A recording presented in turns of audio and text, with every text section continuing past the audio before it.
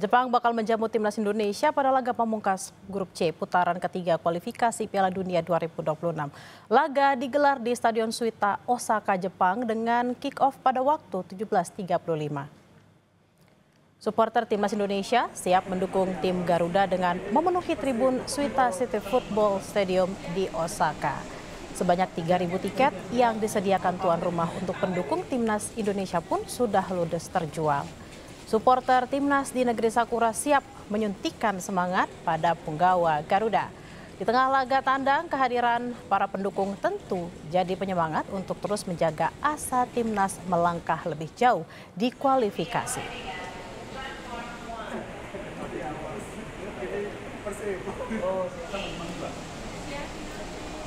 Sore nanti akan jadi ujian bagi timnas Indonesia di bawah asuhan legenda sepak bola Belanda Patrick Kluivert. Skuad Garuda akan melawan Jepang yang pernah mengalahkan timnas di GBK November tahun lalu. Tapi timnas saat ini bukanlah timnas yang sama saat dikalahkan Jepang. Meski demikian, apakah timnas Indonesia yang bisa menyingkirkan Tiongkok dan Bahrain dari putaran ketiga benar-benar sudah bisa mengimbangi permainan Jepang? Sudah bergabung bersama kami di studio Kompas TV ada pengamat sepak bola Anton Sanjoyo atau biasa disebut Bung Joy. Selamat siang Bung Joy. Selamat siang. Selamat datang di Breaking News, kita jelang pertandingan. Bung Joy, ini kan kalau kita lihat tadi Kluivert sempat bilang mau ada perubahan komposisi pemain. Kalau lihat dari pertandingan Tiongkok kemarin kan sebenarnya penguasaan bolanya tuh nggak terlalu dominan di untuk Indonesia. Nah, sebenarnya perubahan komposisi permainan ini penting atau enggak sih? Kemarin ketika menghadapi Cina itu kan memang ada beberapa pemain yang nggak bisa tampil karena berbagai alasan. Hübner, Oratmangun cedera, Marcelino mendapatkan kartu kuning, Martin Pas nggak bisa main juga, Kevin Dix belum terlalu pulih, jadi posisinya Reinders juga nggak bisa datang. Sayuri. Tapi kemarin yang menggantikan posisi Marcelino dan Oratmangun, Egy dan Kambuaya tampilnya juga oke gitu. Jadi mungkin kalau ada sedikit perubahan itu memang di sektor depan. Kalau di sektor belakang kemungkinan tadi saya membaca berita Rizky Ridho cedera. Betul. Kemungkinan dia tidak bisa bermain, tapi lini belakang lagi ya? Indonesia masih punya banyak pemain, ada Shane Patiyama, ada Miss Hilgers. Jadi rasanya sih komposisinya tidak akan berubah banyak kecuali memang ada kepentingan lain atau kondisi mendesak lain yang membuat pemain tidak bisa bermain. Dan ini mungkin terjadi pada Ratnar Oratmangun. Tapi yang lain menurut saya Egy masih bisa dipertahankan. Kalau mau diganti ya Marcelino, karena Marcelino kan memang starting line up-nya. Jadi Kambuaya menurut saya patut mendapatkan jam terbang juga. Sayuri mungkin oke lah, kalau Kevin Dix sudah 100% mungkin posisinya bisa digantikan. Tapi overall menurut saya tidak terlalu banyak lah perubahan komposisi. Kecuali memang Kluivert ingin membuat perubahan yang cukup besar untuk menghadapi putaran keempat.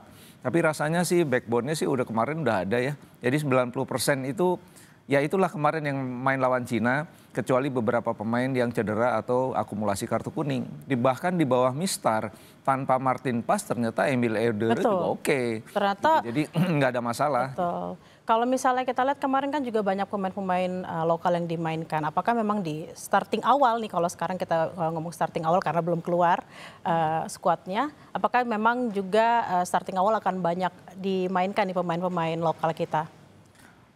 Saya tidak melihat ada perubahan yang cukup signifikan untuk itu ya. Tapi kemarin kalau kita bicara pertandingan melawan Cina, kan Egy tampilnya oke, Kambuaya oke. Tapi memang di babak kedua ada sedikit perubahan tekanan justru dilakukan oleh Cina kan.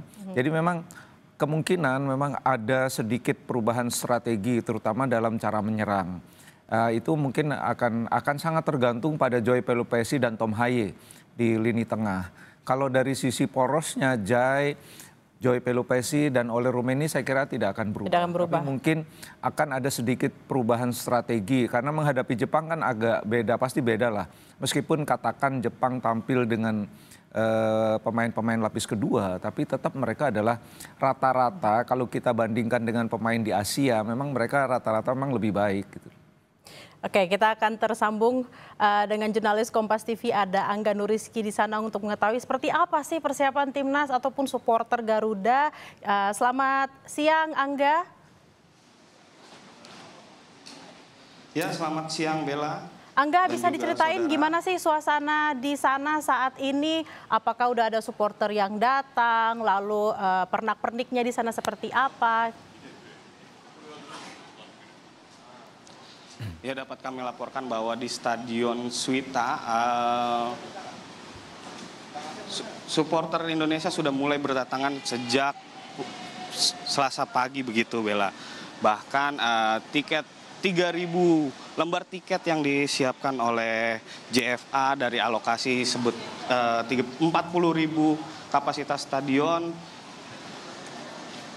sudah terisi penuh oleh supporter Garuda.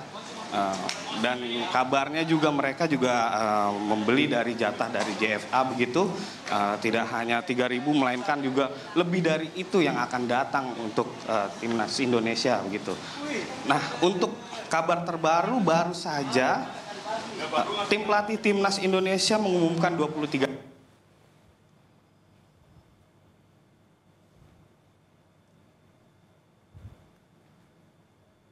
Angga?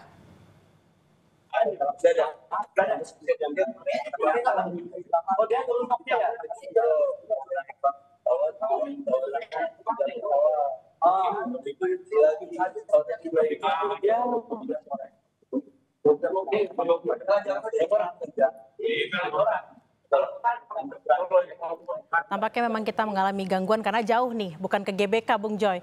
Kita nelponnya langsung ke Osaka. Nah tadi jurnalis Kompas TV Angga Nuriski sempat mengatakan sudah keluar nih 23 final squad nih untuk Jepang versus Indonesia.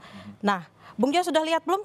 Bung Joy, ini kalau kita lihat kan tampaknya memang tidak terlalu ada perubahan ya, karena di sini Marcelino masuk ke dalam skuad, Bung Joy. Apa yang bisa dilihat dari skuad yang akhirnya dikeluarkan oleh? Rasanya memang Marcelino harus masuk lagi karena dia kan baru saja bebas dari akumulasi kartu kuning. Kalau Ratnar Oratmangun masuk pun menurut saya itu wajar saja karena memang mereka ini kan bersama Kevin Dix yang kemarin tidak bermain melawan Cina, itu kan sebetulnya memang starting 11. Jadi nggak mengherankan lah. Katakan Marcelino sudah tersedia sekarang, ya dia bisa main, bisa menggantikan Kambuaya atau bisa menggantikan Egy. Tapi pasti ada pertimbangan-pertimbangan khusus karena saya kira kalau misalnya Marcelino bermain di belakang oleh Romeni bersama siapapun, bersama Egy kah, bersama Kambuaya kah, rasanya memang tidak ada masalah juga. Karena kan kita sedang bersiap untuk menghadapi putaran keempat, di mana memang pasti akan lebih berat dibandingkan home and away pada grup C. Itu jadi saya kira memang Kluivert sedang mempersiapkan tim terbaiknya, menyusun skuad terbaiknya supaya nanti kita betul-betul siap. Untungnya masih ada 2 pertandingan uji coba kan sebelum Oktober, kalau tidak salah melawan Kuwait dan Lebanon. Tampaknya memang kalau saya lihat dalam nilai pertandingan hari ini, nilainya memang sangat besar, artinya value-nya akan lebih banyak kepada Indonesia karena melawan Jepang bagaimanapun walaupun mereka menurunkan lapis kedua tapi ya kan tetap Jepang. Dan ini yang bagi saya tadi saya sempat kepikiran kenapa mereka nggak menurunkan skuad terbaiknya ya supaya lessonnya tuh banyak didapatkan oleh Indonesia. Atau mungkin skuad yang sama ketika November kemarin gitu ya. Ya, Wataru Endo main lah, Mitoma main lah, Minamino main gitu ya. Supaya pengalaman pemain Indonesia bertemu dengan pemain-pemain top dunia itu kan akan meningkatkan confidence ya di kemudian hari. Jadi saya sih berharap itu, dan kalau kita bicara nilai kan ratusan miliar ini nilainya pertandingan ini. Betul. Kita pernah Bung Joy pernah membahas ini di program 2 Arah minggu lalu, karena kalau memang seandainya kita harus katakanlah membayar untuk training camp atau untuk pertandingan persahabatan, justru harganya akan sangat mahal sekali untuk melawan Jepang. Nah, apa yang harus diambil, apa yang harus diperhatikan oleh pelatih Patrick Kluivert ataupun para pemain saat ini?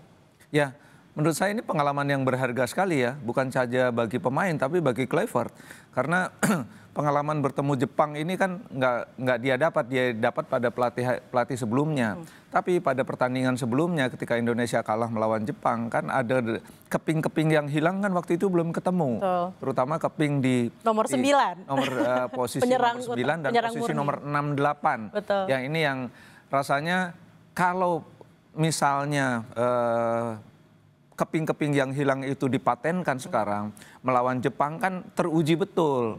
Artinya apakah betul bahwa poros antara Joy Pelupesi dan Ole Rumeni sudah menjadi kekuatan utama skuadnya Indonesia. Kalau tidak kan belum ada ujian yang betul-betul mumpuni untuk mereka gitu loh. Nah ini yang saya pikir kalau yang dilawan adalah ketemu misalnya Joy Pelupesi ketemu Wataru Endo itu kan luar biasa gitu loh. Kita bisa menyaksikan bagaimana lessonnya nanti yang bisa kita dapat. Bagaimana mereka sejak mulai pemanasan, lalu mulai laga, manner di lapangan, gesture di lapangan, itu kan semua bisa dipelajari. Mentality terutama ya. Ini yang menurut saya value-nya tuh nggak ternilai, priceless ya. Jadi harusnya, kalau saya berharap ya, supaya pemain top itu main lah ya. Supaya Indonesia dapat pelajarannya tuh hebat banget gitu.